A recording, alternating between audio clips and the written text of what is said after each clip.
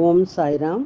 ஸ்ரீ சாயின் ஆசீர்வாதத்துடன் ஸ்ரீ கோவிந்த் ரகுநாத் தபோல்கர் என்ற ஹேமாத்மன் இயற்றிய ஸ்ரீ சாய் சச்சரித்திர கிரந்தத்தின் அடிப்படையிலே தொகுத்து மூல மராத்தியிலே விரிவுரையுடன் இயற்றிய தைந்தின் சாயிபோத் பேராசிரியர் டாக்டர் சீதாராம் கணேஷ் தேசாய் அவர்கள்.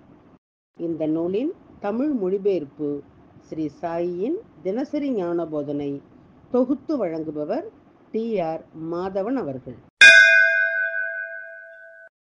பிரார்த்தனை. சமர்த்த சாயி, இச்சிறு மந்திரம் புனிதமான ஜெயமருளும் மந்திரம்.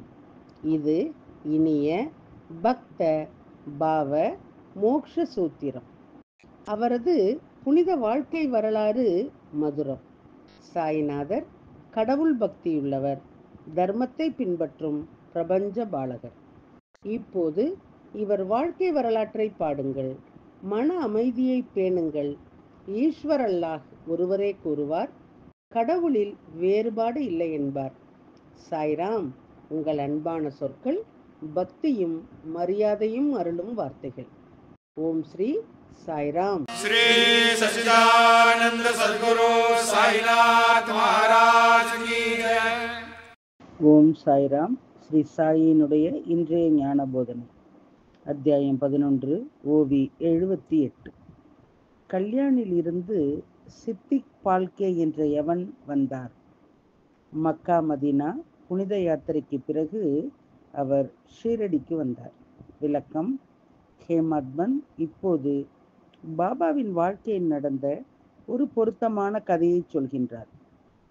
ஒரு நாளில் கல்யாணில் வசிக்கும் சித்திக் பால்கே என்ற முஸ்லீம் ஷீரடிக்கு வந்தார். மக்கா, மதீனா முதலிய புதிய ஸ்தலங்களின் யாத்திரை செய்திருந்தார். ஷீரடியிலே 2 சாவடிகள் ஒன்றுக்கொன்று எதிரே உள்ளன.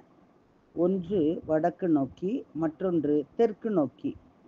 அந்த வயதான ஹாஜி சித்திக் பால்கே முதலிலே 9 மாதங்கள் வடக்கு நோக்கி வாசல் கொண்ட சாவடியிலே வாழ்ந்தார். பாபா அவரால் மகிழ்ச்சி அடையவில்லை. பாபா அவரை மசூதிக்குள் நுழைய விடாமல் தடுத்தார். அவர் அங்கும் இங்கும் அடிக்கடி நடந்து செல்வது வழக்கம். ஆனால் பாபாவும் அவரை ஏன் புறக்கணிப்பு செய்கின்றார்? பால்கே மனதிற்குள் சோகமாக இருந்தார். பாபா எப்போதும் தன்னை பற்றி புரிந்து மகிழ்ச்சி அடைவார். இந்த எண்ணம் இரவும் பகலும் அவருடைய மனதிலே இருந்தது. யாரோ அவருக்கு, நீ இவ்வளவு சோர்ந்து போகாதே, சங்கரை பார்ப்பதற்கு முன் நந்தியை பார்க்க வேண்டும், மேலும் மாதவ்ராவ் தங்குமிடத்திற்கு செல்ல வேண்டும், உன் விருப்பம் போல நடக்கும் என்று அறிவுரை கூறினார். இது மிகைப்படுத்தப்பட்டதாக தோன்றலாம், ஆனால் இதுதான் உண்மையாக இருந்தது. பாபாவிடம் வசதியாக பேச விரும்பிய மாதவ்ராவ் அவரை முதலிலே அழைத்து சென்றார். மாதவ்ராவ் பாபாவுக்கு அவர் யார், எங்கிருந்து வந்தார், என்ன செய்கின்றார் என்று இனிமையான வார்த்தைகளிலே கூறினார். அந்த உரையாடலுக்கு பிறகு பாபா புதிய நபருடன் பேச ஆர்வம் காட்டுவார். ஹாஜிக்கு மூச்சு திணறல் ஏற்பட்டதால் மாதவ்ராவ் மனதை உறுதி செய்து கொண்டு தைரியமாக மசூதிக்குள்ளே சென்றார். பேசிக்கொண்டிருக்கும் போதே பாபா அந்த வயதான ஹாஜி உங்களை தரிசிக்க மக்காவில் இருந்து மதினாவுக்கு பயணம் செய்த பின் வந்திருக்கின்றார். நீங்கள் ஏன் அவர் மீது இரக்கம் காட்டக்கூடாது? அவரை வரட்டும், மசூதியிலே உங்களை பார்க்க பலர் வருகின்றார்கள். பிறகு ஏன் இவருக்கு வித்தியாசமான நிலை? அவர் மீது கருணை காட்டுங்கள். அவர் மசூதிக்கு வருவதை தடுக்காதீர்கள். பிறகு அவரும் அவருடைய உள்ளத்தினுடைய ஆசையை நிறைவேற்றி திரும்புவார் என்றார். அதை கேட்ட பாபா, அல்லாவினுடைய ஆசிசு அவர் மீது இல்லை, நான் என்ன செய்ய முடியும்? அல்லாமியாவிடம் கடன் பட்டிருக்கவில்லை என்றால் அவர் இந்த மசூதியினுடைய படிக்கட்டுகளிலே எப்படி ஏறுவார்?